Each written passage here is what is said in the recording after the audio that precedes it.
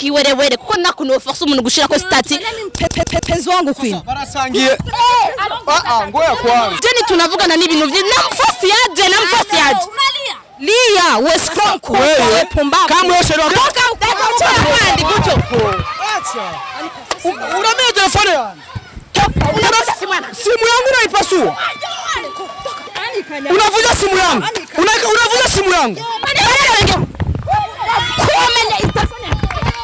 andi wamuvamia kuberi loga ndagu tampika na leta ndaishi hae ata telefone mfisi akazi kanje kose kaba je nta kandi kazi mfisi ni STV nta kandi kazi mfisi ndatoa wapi telefone muri umwanya STV every story matters.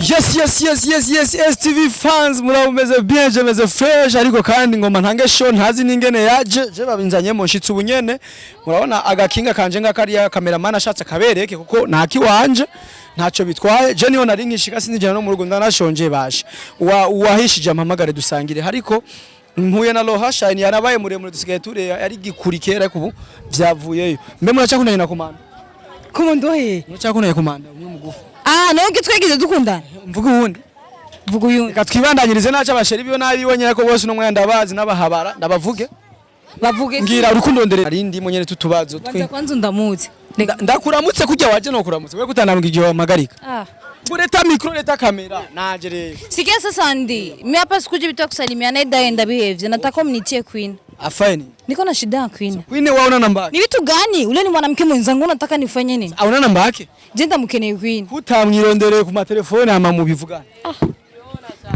ushaka maze ndagusoma gure ari ucuma umviriza ndamukeneye Queen hari ibintu ushaka tuganira kandi nico gituma navuze tuzane kamera vyose kugira bije ahagaragara nataka nimkomeshe Queen arifani yakoze andi utabisikia kikuja hapa na wofu natoka muite tu Queen nini muite Queen mimi njua hata nipe show ya ukweli ni vya kukomesha kibacha kusona kugara maneno menga ya ishagi nataka tu muite Queen kama Queen mwenyewe kwa piso mpige haiko bana mu telefone wewe kutama mu telefone je na kandi mvura igombigwe tumuhamagaye Queen mu bice bigenda gute rero andi muhamagaye ndamubwiraze ikintu ngoma ndamubabwira kandi Queen arafise programme yo gucanga hari ibintu ishakoshi we yibagiye ngako kazi we muhamagare rero ndaka nipambane na Queen mimi oyo Queen gute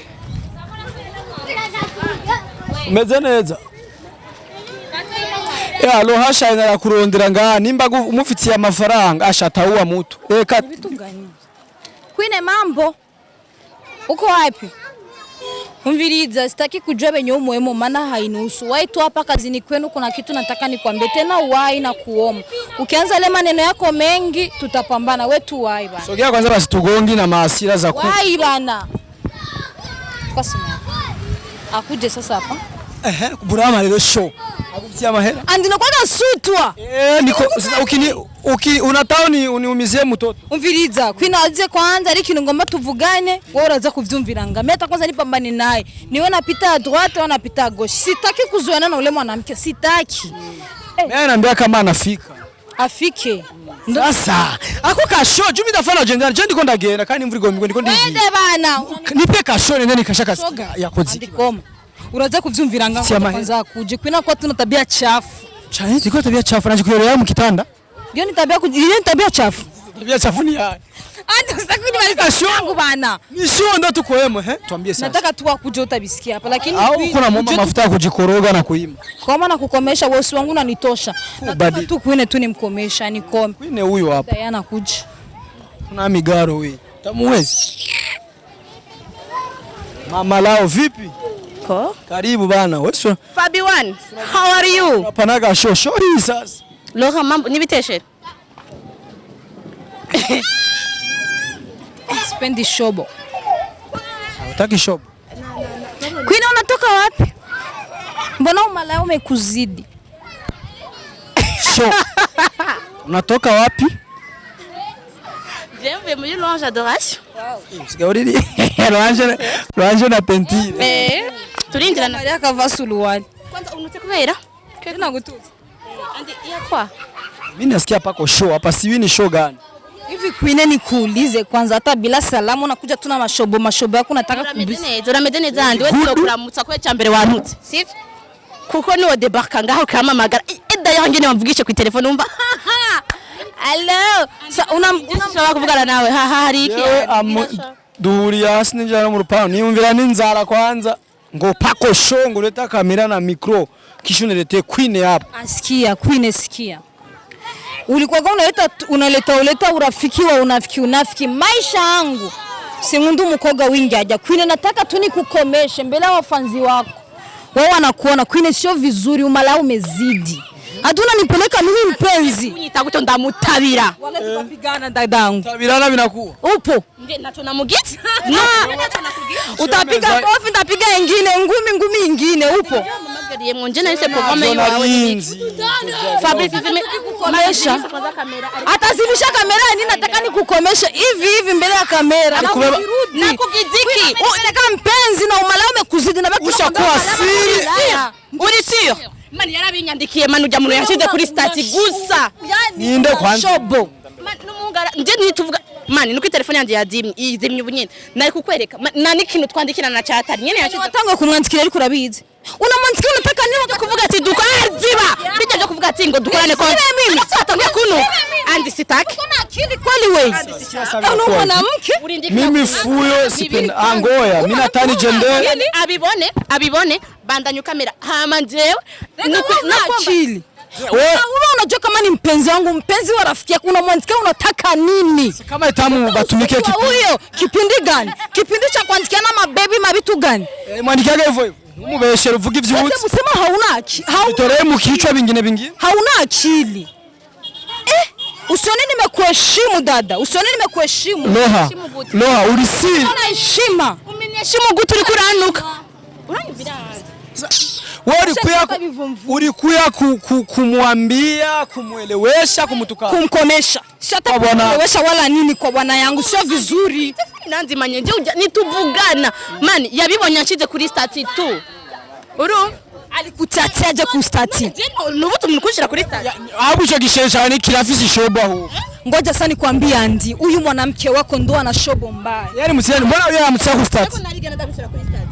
Utamteje ku stati wakati una bwana elfu wengine hata haujui. Yeye alimtia ku stati niko na iko na wewe. Mbembeleza upo. Warabibonye lo. Uri soko abibonye ariko arabesha umukobwa. Narabibonye. Kwina uko mtoto mchafu wewe. Kwina uko mtoto mchafu na yote tabia uiache. None niki cyokwereka cyokwemeza konje wewe. Uwo musheri wiwe n'umusheri wawe. Mana nukuri kwimana ndise nimba ariko arankurikirana ko ndaza arankurikirana. Nje nawe nidukundana nawe kwiyakana umusheri kujya ku kamera. No, kama ulikosa basheri tafuta nikutafutie basheri basi mimi. Andi wewe mimi unaona Queen anaweza kanishinda hata basheri. Wewe uko na yani wewe unaona unaweza kunitafutia mimi wapenzi. Mbona mimi niko na watu wengi kwanza baisha kuniomba na bikumu. Watajijua lakini kama mimi nimechagua mmoja ni huyo. No, mwezi tulitulia naye waache kudanganya. Sawa, acha sasa nisemeshe ukweli. Siwezi nikadanganya. Queen amemtafuta mwanaume na kusema amposti Queen alimforce. Na ndio maana Queen anawaambia Queen ni escrow. Nakubwira rero ni kiwerewere kuko nakuno force umuntu gushira ko stati. Penzi wangu Queen. Barasangiye. Ngoya kwanza. Ngoya. Mureka kwanza. Ninge kwanza. Narabya. Umviriza. Sikia kwanza. Umviriza lo. Unasuka kwanza iragoye tumvikane sivyo? Nitwaje muri ivyo. Cameraman tora kayesume ufuke kamera yawe kugira ntiyonone. Dufashe mu kayesume afuke kamera. Gafuke kamera. Loha nitwaje ngaha kugwana kugirika. Sio kugwana kibomba na mkikona mtukana mwanaume. Tukana mimi mwanaume wangu. Nona yamuposti kingiriki. Aho rero. Kwani ndo ni mfasi, kwani ni mtoto mchafu. Umuseri wako spenda nukuri ndese gundi ibintu mete gucyati mutaka. Malame kuzidi lia na wewe. Nona wewe uwo musheri wawe haiko serie? Sio iko serie. Huyu mwanamke wako ndo ana tabia chafu huyu. Basi mtu kwa nguvu WhatsApp bana ichangia. Nukuri pimana ndarahiye nukuri ndarahiye uwo Mungu. Jeni tunavugana n'ibintu byi namfasi yaje. Lia, we strong wewe pumbavu. Kama wewe sheri wako akupenda. Asikia sana nimkomesha na kukomesha. Nimba atagukunda. Alafu sikutarudi. Nimba atagukunda. Hadi wapi kuhusu? Hapana. Kuna chanaga mtu live. Atagukunda vuga kwa gukora kwandi guto. Toka kwandi guto. Acha. Uramenya telefone yangu. Simu yangu naipasua. Simu yangu naipasua. Unavunja simu yangu. Unavunja simu yangu. Loha, unavunja simu yangu. Hii simu yangu mimi ndo maisha. Simu yangu mimi ndo maisha. Unavunja simu yangu. Unaanza maheri gugwa. Unavunja simu yangu mimi. Fache mnataka. Unavunja simu yangu mimi. Simu yangu napasua hivi. Ese ulisonera wewe. Loha, unapasua simu yangu mimi. Najiamini. Kwa kibaya cha kora maneno mengi. Man, urafise ubwenge. Telefone umenye nibwo buzima bw'iwanje je. Unavunja simu yangu. Nani ndarubwira wa mukobwa? Andifatira shayi wanje nayo imene ngo zimene zose. Maneno mengi. Kumenya itafone. Andi wamuvamye kubera. Loga ndagu. Lo, tampiga na leta.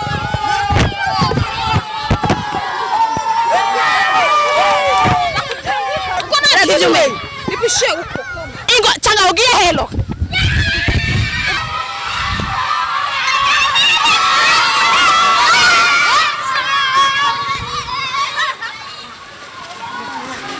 Man, iyi ni mikoshi duhura nayo misi yose. Wallahi ni mikoshi. Ujye mukobwa arafite ubwenge nta bwenge afite. Ona tumarize cyo kubindi.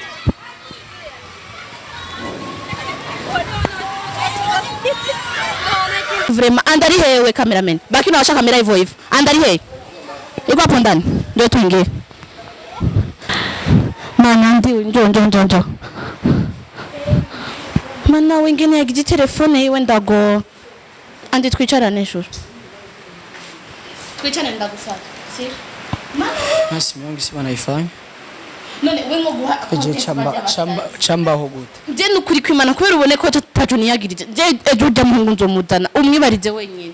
Ujye mukobwa ni musazi nukuri. Kibazo siyo muntu amashavu yanyu muca muyatako. None ni jewe basi, ni jewe nije nabigije. Nacyo mama amara kugura indi telefone. Ndishomerereye honyene.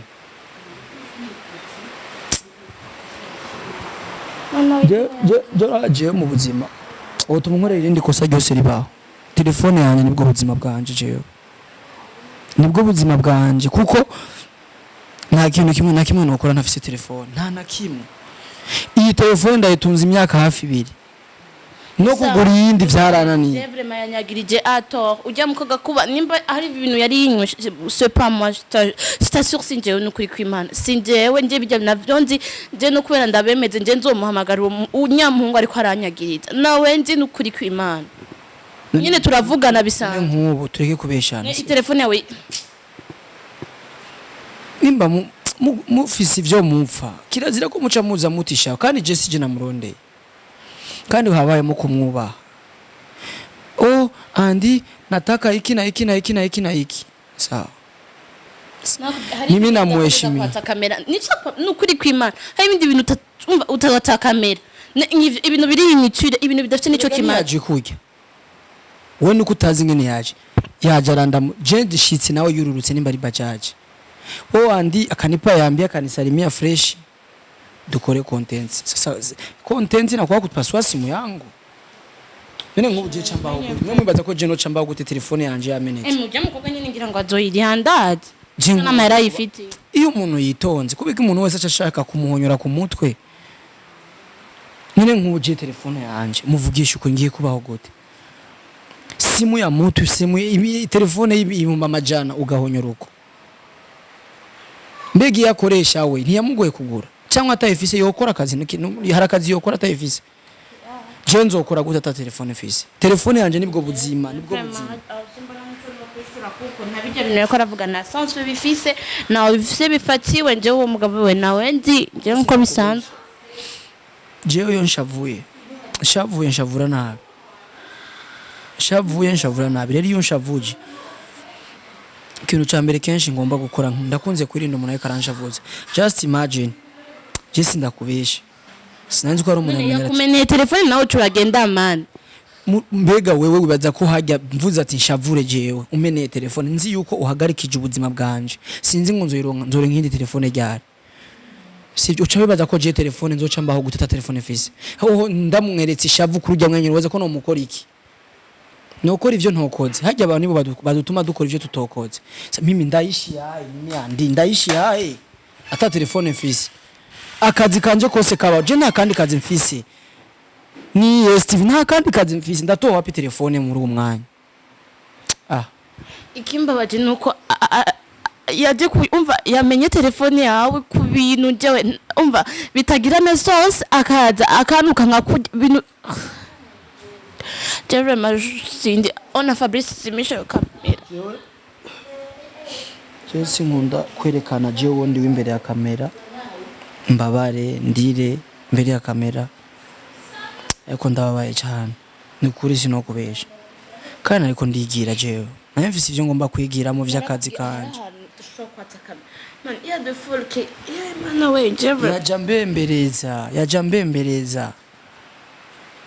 Yaje ambembereza anakuyana rimembereza ne andi we nkukundi nka bijya bintu ariko aranyagiriza ego nyene ndasara none nkukundi wewe andi undi vraiment neza igihe kitari gito nje nka bijya no bikora vraiment we nkukundi neza nawe wababaye yaba Queen tubireke ivyo bintu abizimisha kamera